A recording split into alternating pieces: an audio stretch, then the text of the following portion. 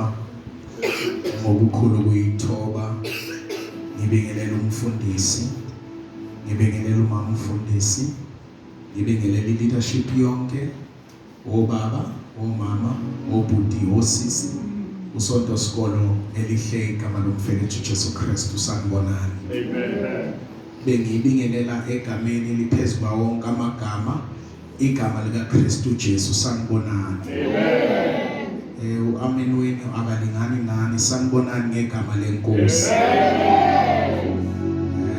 I'm privileged ngiyabonga kakhulu ukuba khona kule ndawo ekseni yasithathi kancane bathandekayo umfundisi wenu ubudo omdala kumina masi Sunday school they were the ones in the forefront ku youth besibukela kube into eyiningi manje kuyamangaza indlela ngithatha ngayo yangithusa sometimes and I normally shy away ngihlalele emuva lakho akhona khona kodwa indlela yokumdonsa izithole sengihleli phambili amen bathandekayo we just want to appreciate the love we just want to appreciate you know kunabantu abayibonayo into kaNkuluNkulu mayikuwe noma wena ungayibona noma wena ungayidelela kodwa kukhona abantu abayibonayo into uNkulunkulu ayifake kuwe bese uNkulunkulu ayabasebenzisa ukuthi bakhulume nalento kuwe ukuthi ikwazi uku-activateka ikwazi ukusebenza amen bathandekayo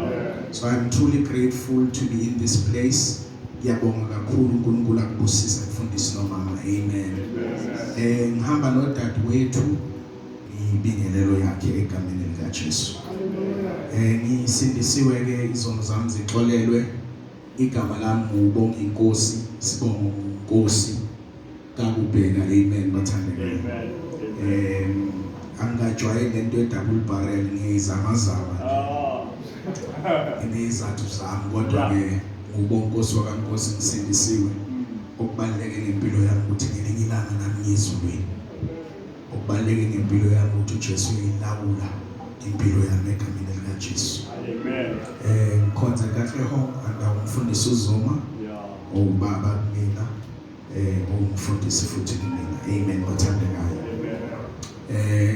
ngicela ukuxhala umakhelwane wakho umxhawule sawona makhelwane uyabingelela lomfana uyabingelela lomfana uyabingelela lomfana makangaxhawuli lo ubulise lo ngapha umtshele umakhi uyabingelela lomfana egameni lika Jesu Exodus chapter number 40 sifunda khona just two verses verse number 34 verse number 35 sithandaze Exodus ncwadi yemfuduko chapter number 40 verse 34 and 35 Then the cloud covered the tabernacle and the glorious presence of the Lord filled it. Moses was no longer able to enter the tabernacle because the cloud had settled down over it, and the tabernacle was filled with the awesome glory of the Lord. Lumbi, Sizulu, Xhosa, Sotho, any of those.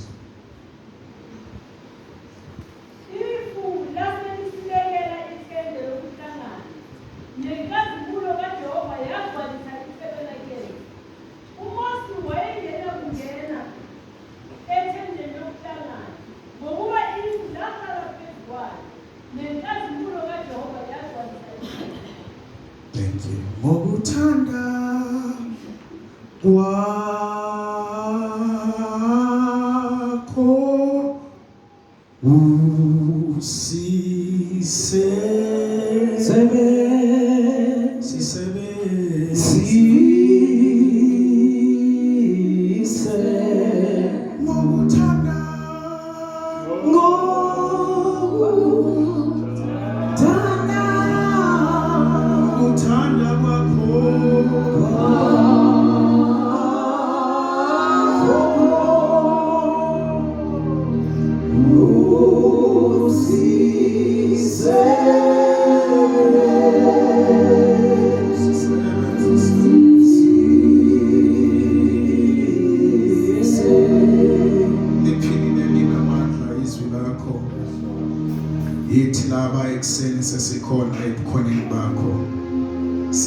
sihlala phambi kwakho, siyazinika phambi kwakho, sithi khuluma ngokuthanda kwakho ekseni. Yehla moya engcwele ugijime, uyayazi into elangazelelwa abantu bakho, uyakwazi ukufisa kwabo, uyakwazi ukudinga kwabo. Nkosi abazama kimi labantu beze kuwe, bafuna wena, balambele wena. Ingakhuluma 1 hour impilo yabo ingashintshi, kodwa ungakhuluma 5 minutes kushintshe ibopho ezinzima, kuqhaqheka amakhamandela ngoba sekukhulume wena. Bese sicela lokho-ke ukuthi khulumisana nathi ekseni, khulumisana nomphefumulo wethu ekseni ngenxa yegama likaKristu Jesu. Buseka dumiseka manje kube phakade. We pray, amen and amen. Bathandekayo, bengifise ukubhala a new message. Kodwa kule insuku une message uJehova nje ayibekile enhlizweni yami. I-message yobukhona bukaNkulunkulu. Ukuthi siyibandla leinsuku zokugcina. And one of the greatest exhibits ekumele sibe nazo izwe mali sibuka ukugcwala kobukhona bukaNkulunkulu phakathi kwethu. Akumelanga sibe ibandla elishoda ngoNkulunkulu kodwa size ebuNkulunkulweni. Ukubona ngani ukuthi ibandla liyashoda ngokuNkulunkulu, abantu abakhonzayo bathi noma begula kuyiSunday baxolela ukulala bathi abaphilanga ngoba bawathemba amandla akhona ngaphakathi kwenu, ukuthi ngingangena ebukhoneni bakhe ngibuthakathaka kodwa ngiphume ngiright. Because when we come to the presence of God, we are not coming to an ordinary place. We are not coming to a social gathering or a gathering a normal. We are coming to a place of power. We are coming to a place that is endowed with the presence, the move, and the power of God. Amen. Bathandekayo. Now, like sifunda khona, one of the greatest elements, lithi iBhayibheli, Israel sekaphumile eGibhite bahambile ibanga noMose. La uNkulunkulu has instructed Moses ukuthi Moses, build for me a tabernacle, build for me a house. Why uNkulunkulu efuna indlu? Because Israel, one of the greatest exhibits bekanazo was the physical move, was the physical experience of the move of God. La bebahamba khona bebahamba nento ebizwa umphongolo wesivumelwano, the Ark of the Covenant. And the Ark was a sure symbolism of the presence of God. Now this presence of God needed to be housed in a tabernacle according to the specifications uNkulunkulu wayenika abapristi. Sanibona ngegama lenkosi, nikhona ngegama lenkosi. Dlala mfethu bayalala makusona. So Israel enjoyed that move. And uNkulunkulu instructs Moses to instruct the priest by a tabernacle. One, it's the Holy of Holies, it's the most holy place, and then in the ordinary, which is the inner court and the outer court. But in the Holy of Holies, what is significant is that uhlala nento ebizwa ipresence kaNkulunkulu in the form of the Ark of the Covenant. Amen. Bathandekayo. Now lithi iBhayibheli, after the priest had ministered in the temple, after they had done when Moses was supposed to enter, he could not enter the presence or the tent. Why? Because the presence of the Lord had filled the temple. Not only did the presence fill the temple, but also what accompanied the presence was the glory. Because you cannot have the presence and miss the glory. Kunabantu abafuna iglory kodwa banganayo ipresence kaNkulunkulu. Amen. He could not minister, he could not do anything for that day simply because the presence of the Lord was in the place. Amen. Why kubalulekile ukuthi sibhouse khona kaNkulunkulu? Uma uhamba la endleleni eza la okhonza khona maningi amabandla. There are many churches. Kuna mabandla we-uniform, kuna mabandla agqoka njengathi, kuna mabandla aphathe induku, kunamabandla abathi ama-Presbyterian of what, kunama-Lutera, kunako konke lo. It's a good thing. You pass so many churches coming to this place. What's different, yini umehluko against ukuthi uwashiye wonke lamabandla uzongena la. I do believe in my heart of hearts ukuthi awuzi la because of we are AOG nje kuphela. But what makes you to pass all these churches is because we are a Pentecostal movement. We are a church that houses the presence, the move, and the manifestation of the presence of God.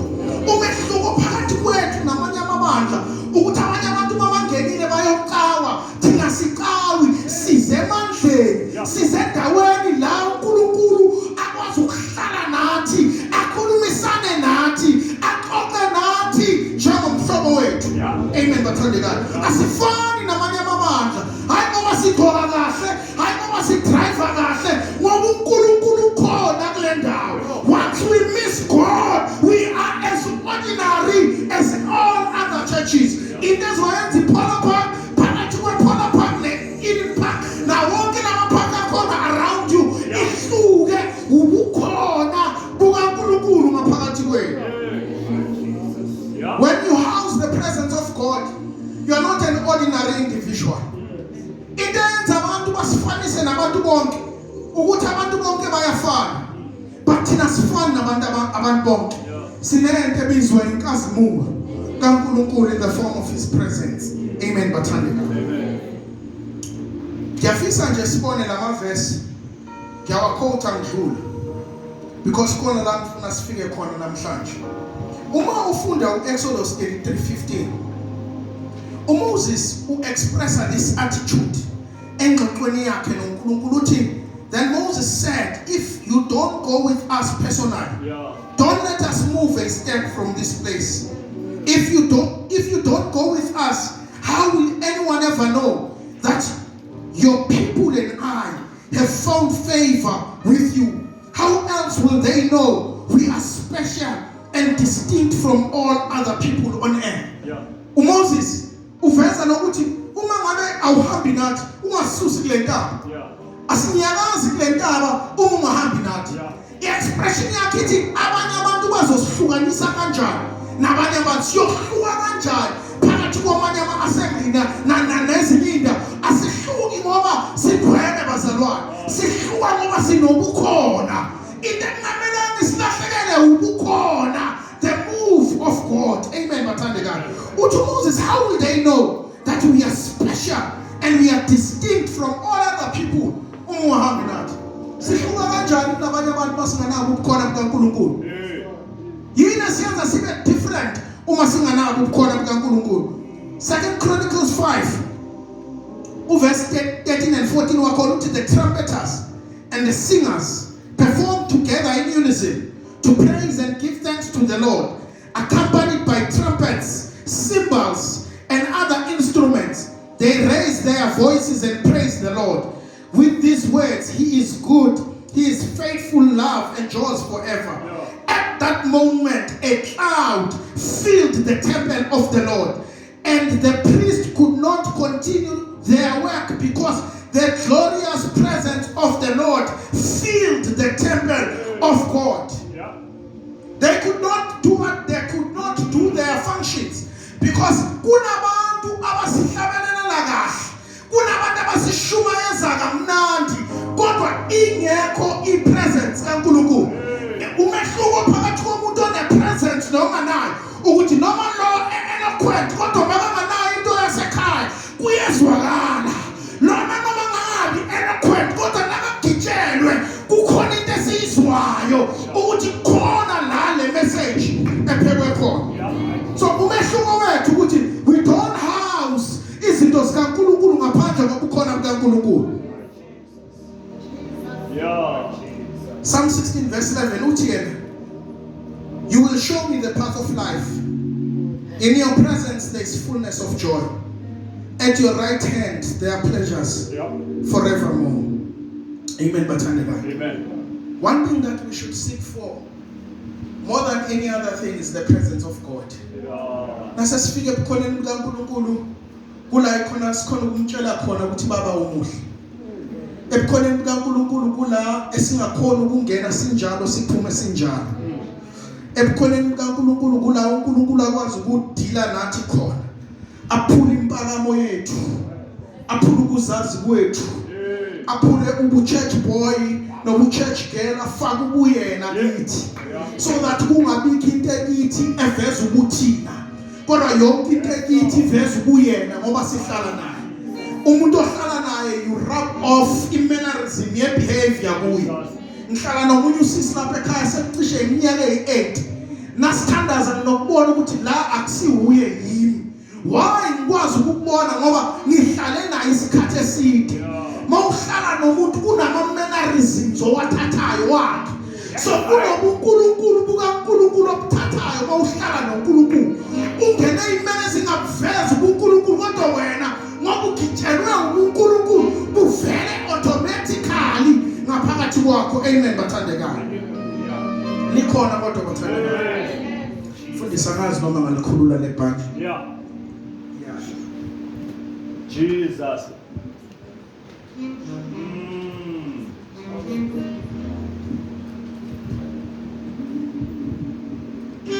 His glory. Funa sibambe lama snippets bese siyathandaza. Hallelujah. Egameni likaJesu. Ukhona uNkulunkulu kule ndawo. Ukhona uNkulunkulu kule ndawo. Amen. Because one of the things eziyenza kube khona ubukhona bukaNkulunkulu thina Assemblies of God, unfortunately ubukhona bukaNkulunkulu sikuthesta ngenoise ukuze sicabanga ukuthi uNkulunkulu wehlile kumele kube khona abamemeza. Mase bamemezile bese sicabanga ukuthi uNkulunkulu wehlile. Kanti ayehle kungabi nenoise. Because most times the noise is not the move. Kunabantu abafundile isystem ukuthi mangingalitha le note ngalihita iyoze kufike la baqabanga ukuthi uNkulunkulu ukhona noma ngekho. That is why abantu abahlala ebukhoneni they can discern ukuthi it's not always the noise that makes us to be evident ukuthi kukhona ukunyakaza kaNkulunkulu. His presence, one other thing yenza usukelwe ilento ethiwa i-pretense. Ilento yoku-act. You can't be an actor in the presence of the Lord. You can't pretend in the presence of the Lord. Because now so he fills you up with himself. And bese kuba yilento uNkulunkulu athe uzoba yiyo. Bathandekayo, you see by nature angikwazi ukumemeza ngiyena umuntu orasayo. Kodwa kunabantu babamba imic bayarasa. And you would often think ukuthi lo muntu orasayo is the right thing to do. Because in mannerism, the way we do things should not interpret the move. God, you should not interpret the move because of how people do things. You must interpret the move. No man in that kitchen, man, here, my neck to a second.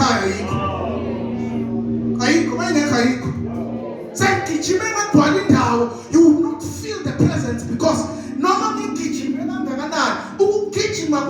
you substitute in the two-way presence. So his glory is totally hidden in his presence. Inkazimulo yakhe ifake yafumbathelwe ebukhoneni bakho. Na ungene ebukhoneni bakho uthola lento ethiwa inkazimulo. Yilento ethiwa khona into ngaye. Siyababona abantu abacula kamnandi mara yena akaculi angeke simfake ku-category yabantu abacula kamnandi. Kodwa yena mawungamnika i-mic kunezinto eziyenzekayo ebantwini. Because when we stand here, we don't stand here to please ourselves. When we stand here, we are ministering to people who are from things ezinzima la. Kunabantu abangalalanga ebusuku. So mangizala angizukuzoministera kubantu aba-ordinary. Kunezinto abantu ababhekile noNkulunkulu iviki lonke. Abathi mangingafika ebukhoneni bakho, I'll be ready to offload. Therefore, I don't have the time to come here and entertain you. His glory is totally hidden in his presence. His presence is heaven to us. Asikaze saye ezulwini. Kodwa nawufunda ngobumnandi nejoy esezulwini.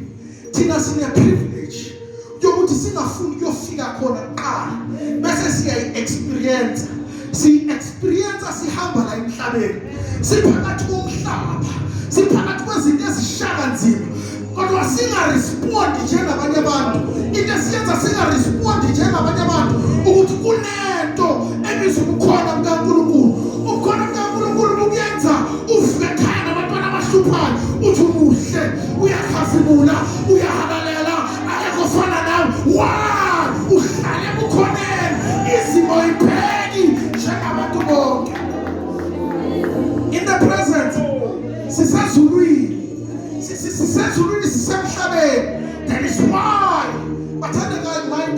my cry is that we can't be an ordinary church. We can't just be a church for quarters and monthlies and all these things. See those kodwa noma sesikizo asihlangane nobukhona kunekhona into ethi labantu kunento abanayo.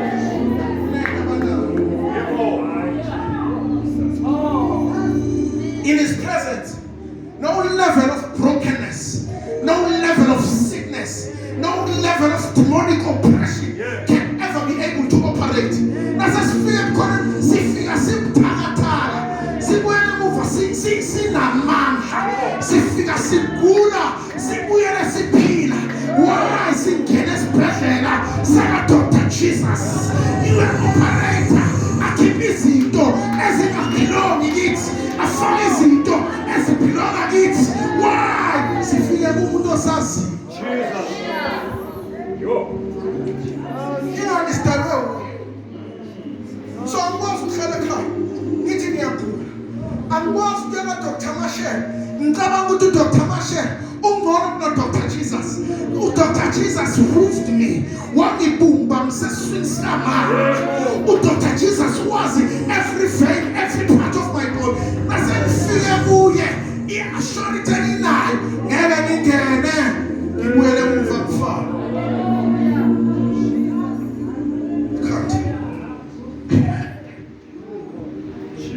Sifika la neyinkinga zethu, sifika la angithabe suthi bayihlabelana ngcono bathi kimbulele lithiyethi tengikhathatha tsalifatsile. So mangifika kuye njengoHana elithi iBhayibheli wabubula kwaze kwaba ngathi udakile, wakhohlwa abapristi, wakhohlwa uPenina, wakhumbula ukuthi sengifike kubani. For as long as you come to church for people, you will never enjoy the presence of God. Umkhonza bank account iphikisana nawe, umkhonza abantwana abaphikisana nawe, umkhonza isimo siphikisana nawe. Uthi sengifike ebukhoneni bakho ulungisa yonke into.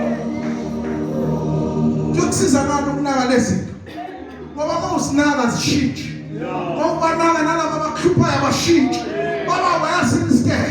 That is why you must come to his presence. Let the Bible ngelinye ilanga uDavide being a king wakhohlwa ubukhosi bakhe, wakhohlwa ukuthi ubani, wakhohlwa ukuthi ushade nobani. Let the Bible, he danced before the Lord. He danced until he was naked. His nakedness was not a shame because uthi ngithule nikhele ngibeka phansi yonke into engenza mina ngibe yini ukuze wena ungigibele.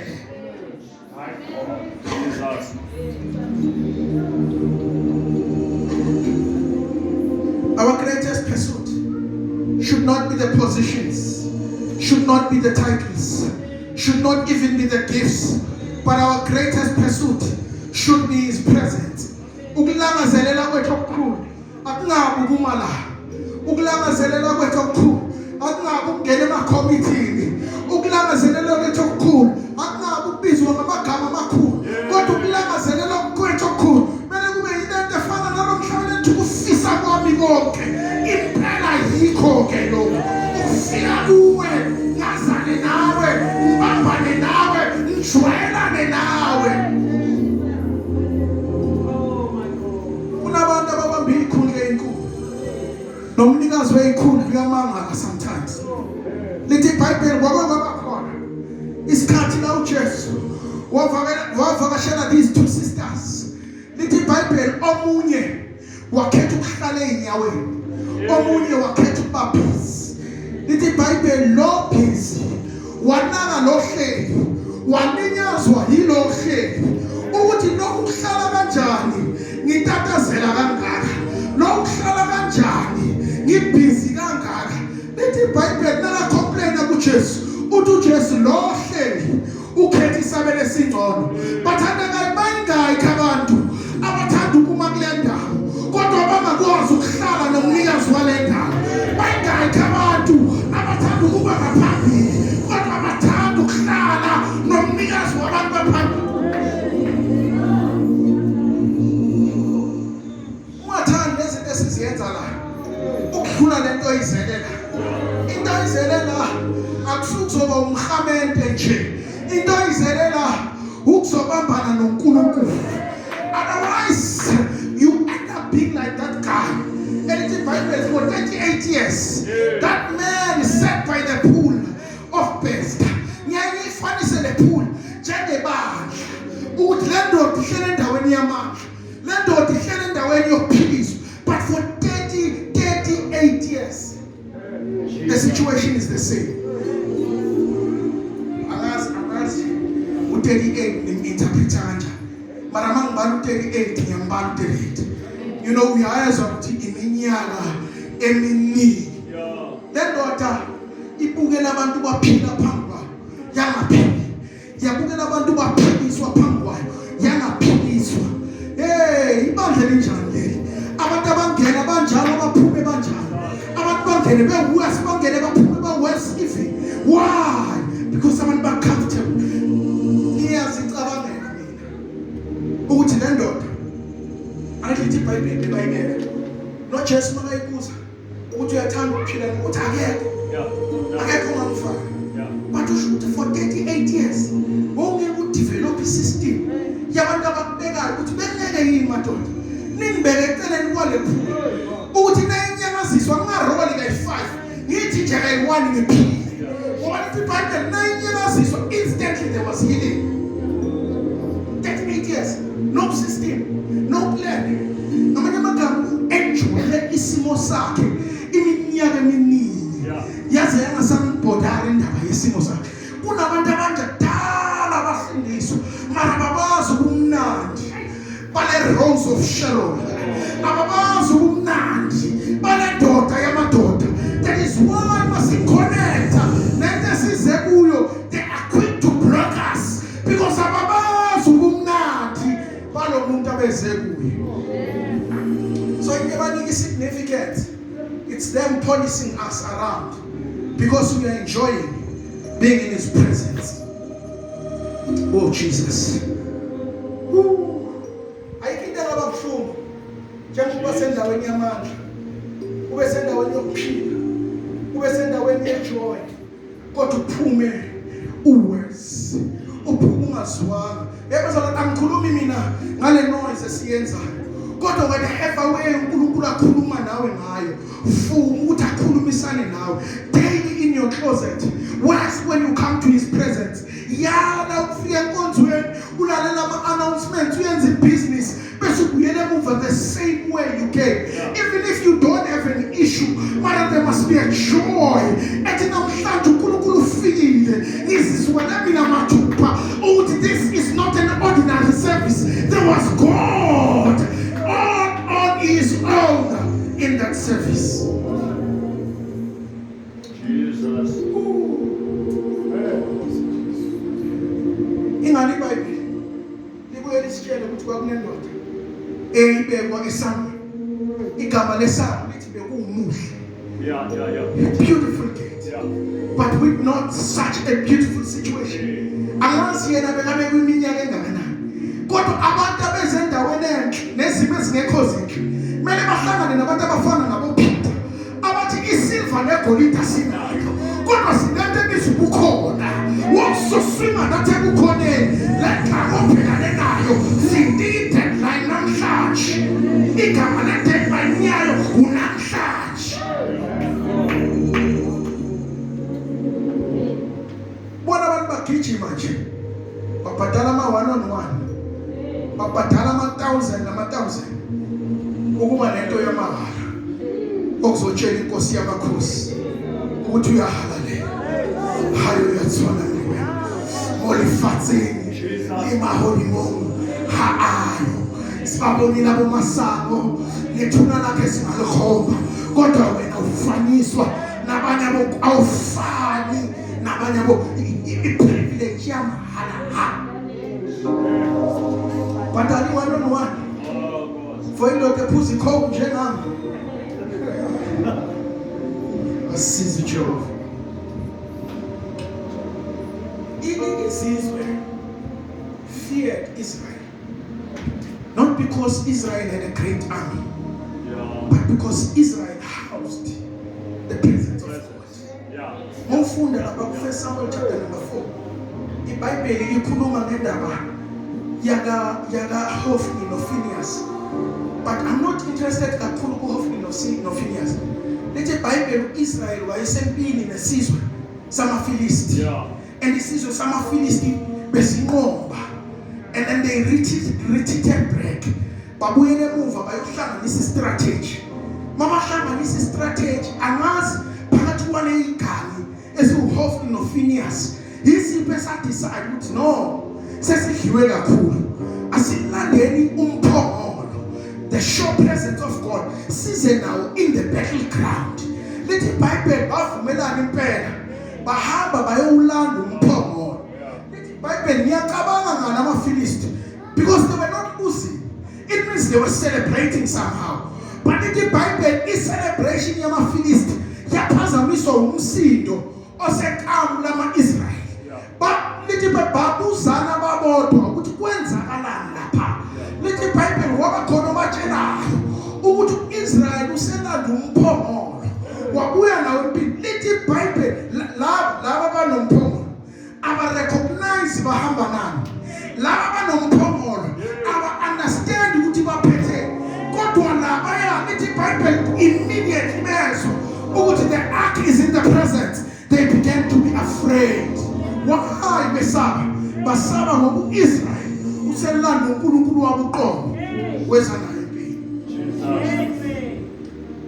Kenziwa yini abantu bayazi into ekuwe kodwa wena ungayazi into ekuwe ungayazi ijoy yalento zekuyo yabazalwane when you have the present angeke upompwe umuntu ukuthi ufundiswe ngoba uzohlala kamnandi enjoy lo muntu ozekuye uzomenjoy ekhuluma uzomenjoy ekukhuza the more opportunities you get to hear.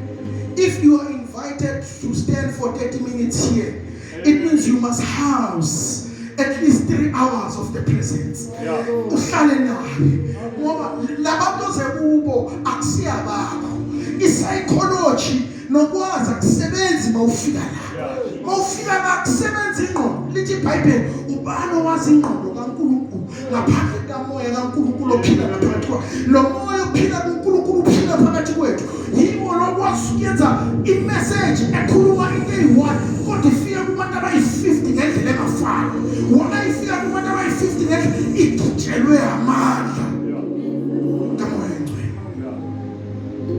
See generation gifted short ngezipho sishumayela kamnandi sishumayela abantu bame ngeenyawo bame ngamabona so bathi uyashumayela Nkosi si generation yabantu abakhula kamnandi asinayo inkinga yezipho izipho sinazo ziningi inkinga sinayo i-impact yezipho zethu into eshort second amandla wezipho zethu ukuthi siyaziyenzela thina sihlala phansi ngicabanga ukuthi Polar Park ngingayishumeza kanjani ngingakhuluma kanjani ePolar Park ngingabuyelanga kumnikazi wePolar Park ukuthi baba niyoshumela abantwana engingabazi niyoxoxa nabantu engingakaze ngaba sebukhoneni babo kodwa wena uyabazi lento abayidingayo uyayazi.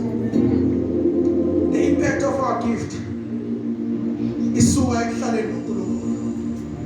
Ungabi nesipho esimisa wonke umuntu ngeenyawo kodwa umnikazi wesipho abamamele ukuthi bamamama phamanje ungakhazwa isipho esiphilisa bonke abantu kodwa sibe sililimaza wena ngoba lo oze kuye nalo okhuluma ngaye akakwazi. Ungafani nebhodi elithi Durban, Durban, Durban. Abantu bakudlule baye Durban. Usale wena njengebhodi elokutshela abantu ukuthi Durban, Durban, Durban. Ngena nawe bukhoneni. Uzi-immense bukhoneni. Ukuthi ngiyoma phambi bakho. Ngiyokhuluma nabantu bakho. I refuse to go alone in that assignment. Amen.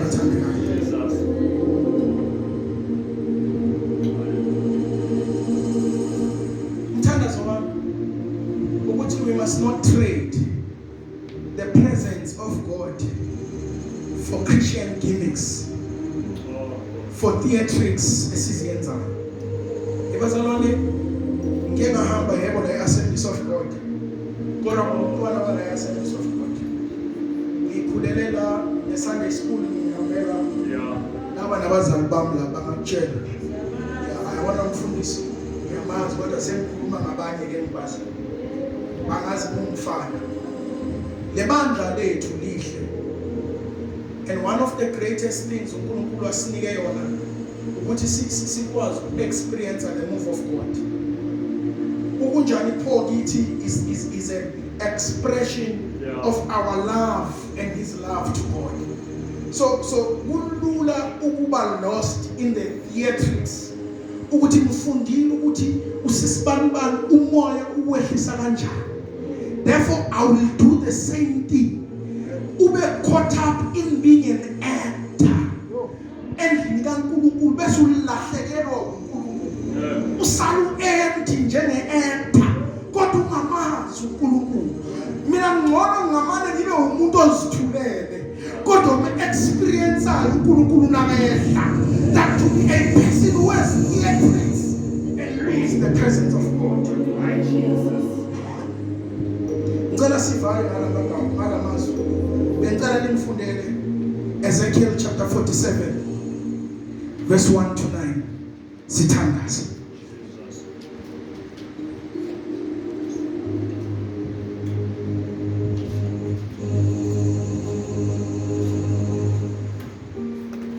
Ezekiel 47 verse 1 to 9. Ngicela uyitholela mfundele.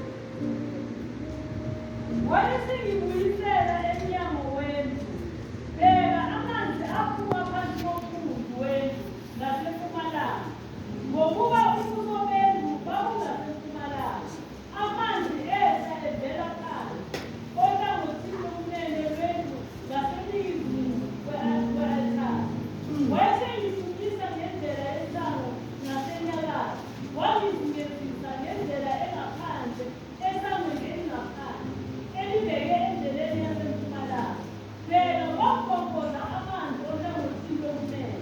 Lapho umuntu esephuma eya ngasempumalanga enomuntu wokulinganisa esandleni sakhe, walinganisa izigaba eziyi-1,000.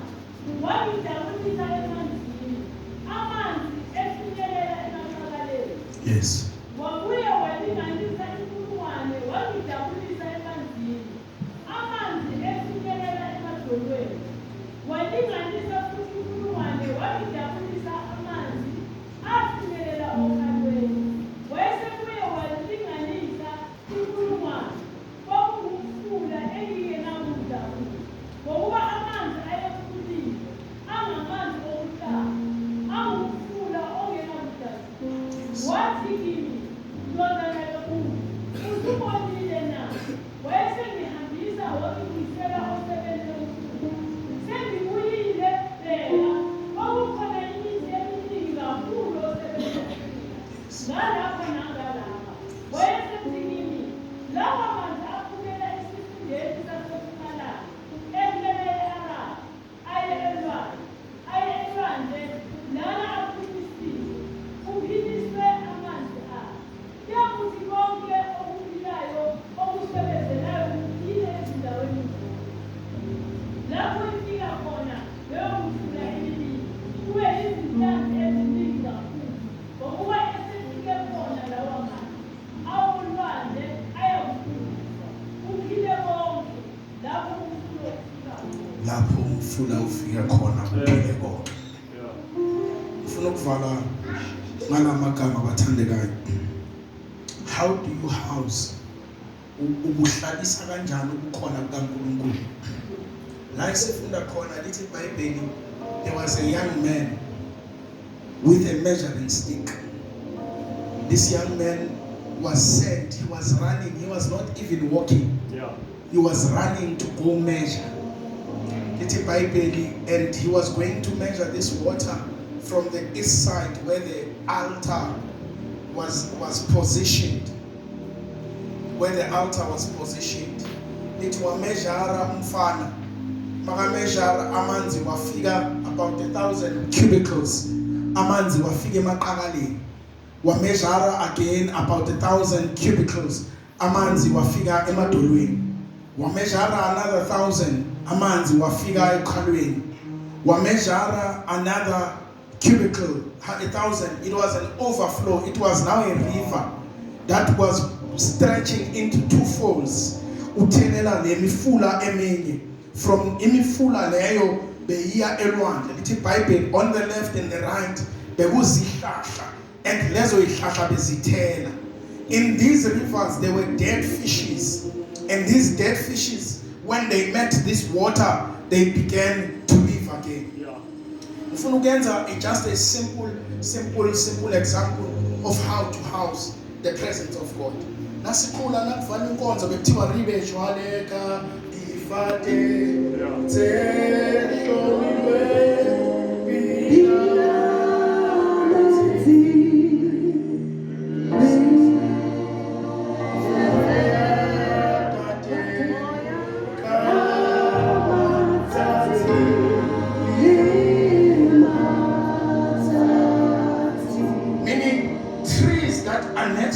river, they never run dry. This river is symbolic of people who have the presence. Abantu abanobukhona akuna season e dry for bona. Ngikhuluma nge-season e dry for abantu bonke, but ingabi dry for wena. You might not have money, you might not have things, but I will be dry. I will define izimo, udefine izimo phakathi kwaleyo ndawo kuyo. Now, number one, ufuna ukuhlalisa ubukhona bukaNkulunkulu, you must have a burning altar. In the altar, uthi makakhuluma Paul athi, we give ourselves as the living sacrifice, holy and acceptable unto God. The first person who comes into housing the presence of God, it's you and how you live. It's you and living right with your children, living right with your family, living right with everyone who comes across you. Vutisi altar kaNkulunkulu. I-altar vele livuthe. Why livuthe altar? Because you are as strong as your altar. Nalifile altar ufile.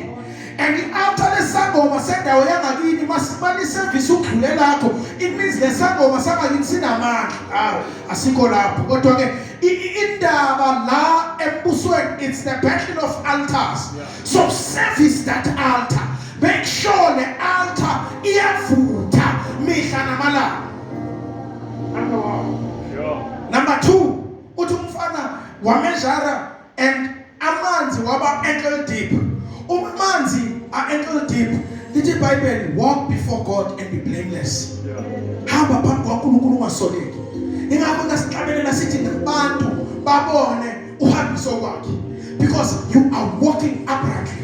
We are walking justly before people. Hamba phambi kwaNkulunkulu, ungamqubi nanisi uNkulunkulu, ungamncedisi uNkulunkulu, hamba naye and be upright before him. That's the anthem.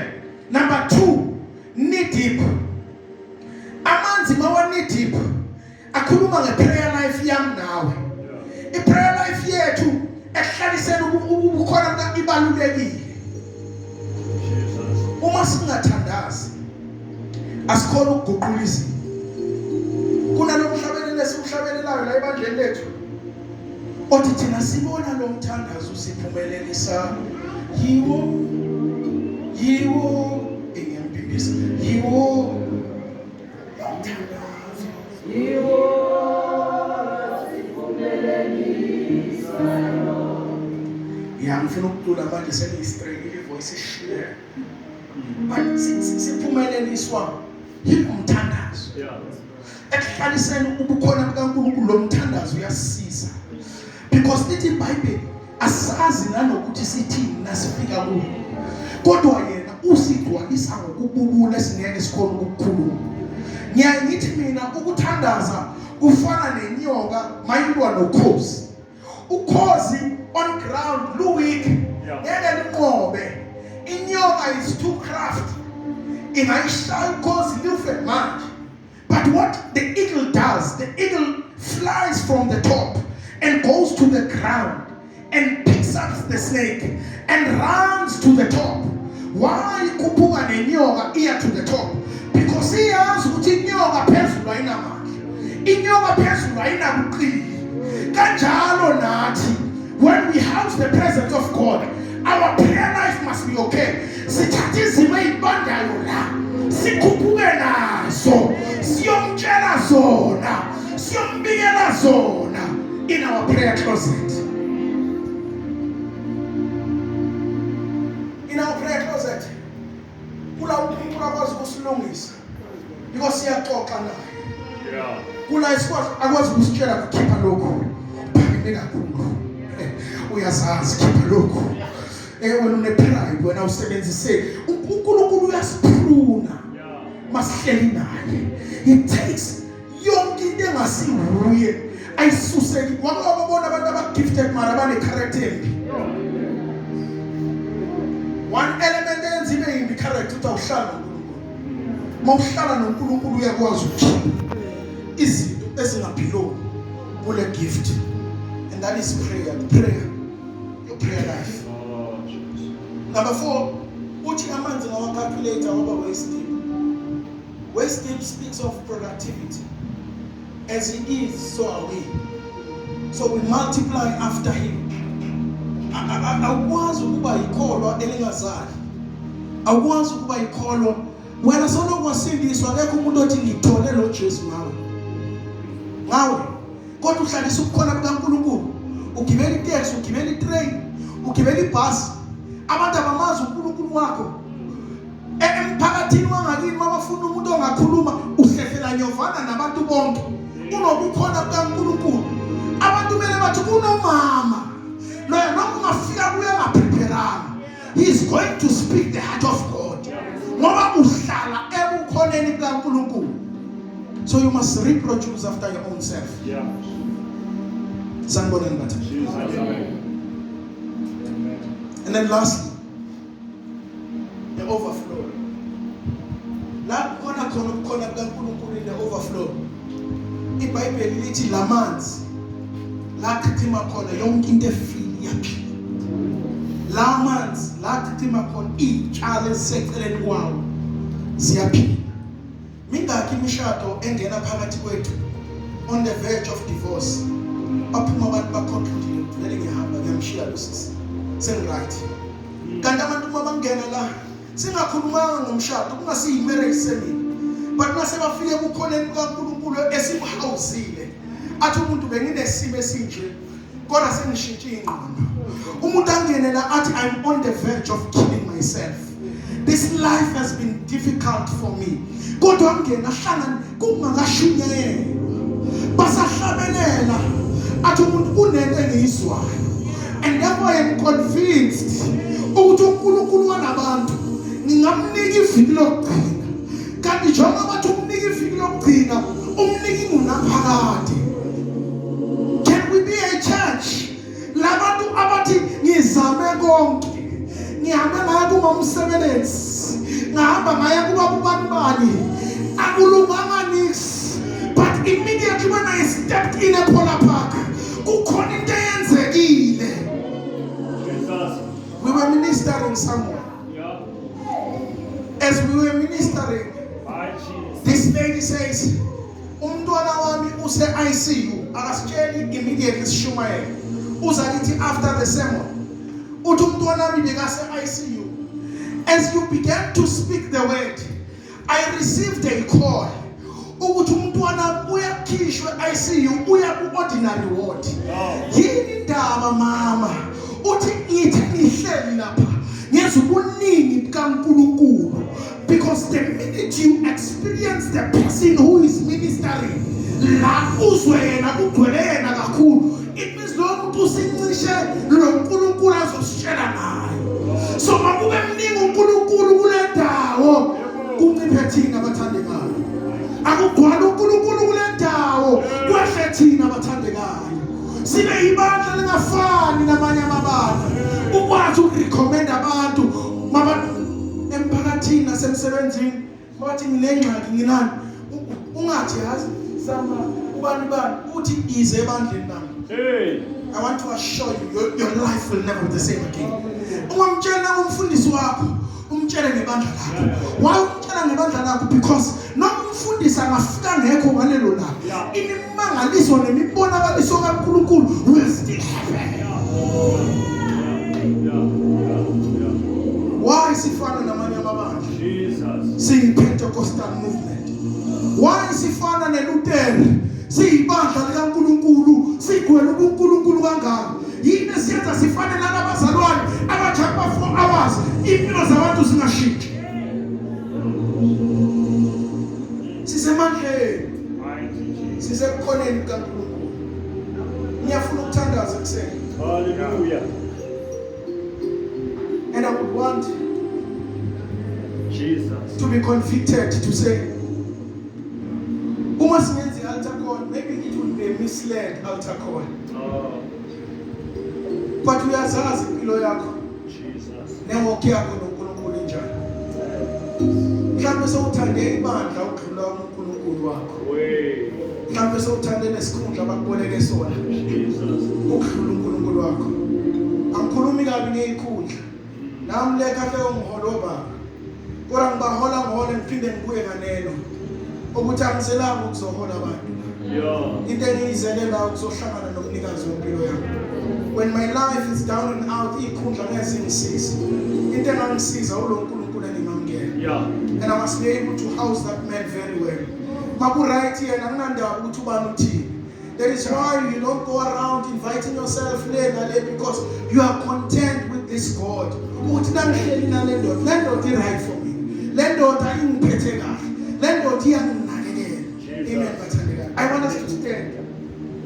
Kube yilo naloyo. Hallelujah. Jesus. Lord, restore Yes, Lord. me to be a person who houses your presence. Yes, Jesus. More than I house people, more than 100. Ngifuna ukuhlala nawe. Ngifuna uhlale kimi. Ngifuna ukugcwale wena kimi. Ngikhetha lesabelo sokuhlalela wena. Because nangihlelele wena ngeke ngibe umthwalo. Ngeke uhluphe umuntu. Ngeke uhluphe umuntu in terms of fellowship. Akekho uzobuncenga ukuthi uzokhonza. Uzokwazi ukuthi kumele uzokhonza because uhlala nale ndoda engafani namanye amadoda. Baba ekuseni sikunika lonke udumo. Yes, Lord. Beko yonke nezibongo. Jesus. Nali bandla lakho. Nayi phola phakho. Hallelujah. uNkulunkulu ethona amandla amaningi amabandla khona kule ndawo. Jesus. Umehluko phakathi kwethu nawo ukuthi thina sifuna ukuhlalisa ubukhona bakho. Sifuna la kukhona wena khona kugcwale wena. uNkulunkulu ethona amandla bangene kule ndawo bashayekile baphume ba strengthened. Hallelujah. Bangene kule ndawo uNkulunkulu ethona amandla baxakekile baphume banama solutions. uNkulunkulu ethona amandla bangene begula baphume bephilile. Siyakhuleka egameni lika Jesu Kristu waseNazaretha ukuthi igcwalise ubukhona bakho kule ndawo. Gcwala kule ndawo. Gcwala kule ndawo. Unyakade wente mathanda uNkulunkulu wethu egameni lika Jesu Kristu inkosi yethu. We bless you Lord in Jesus name. Amen.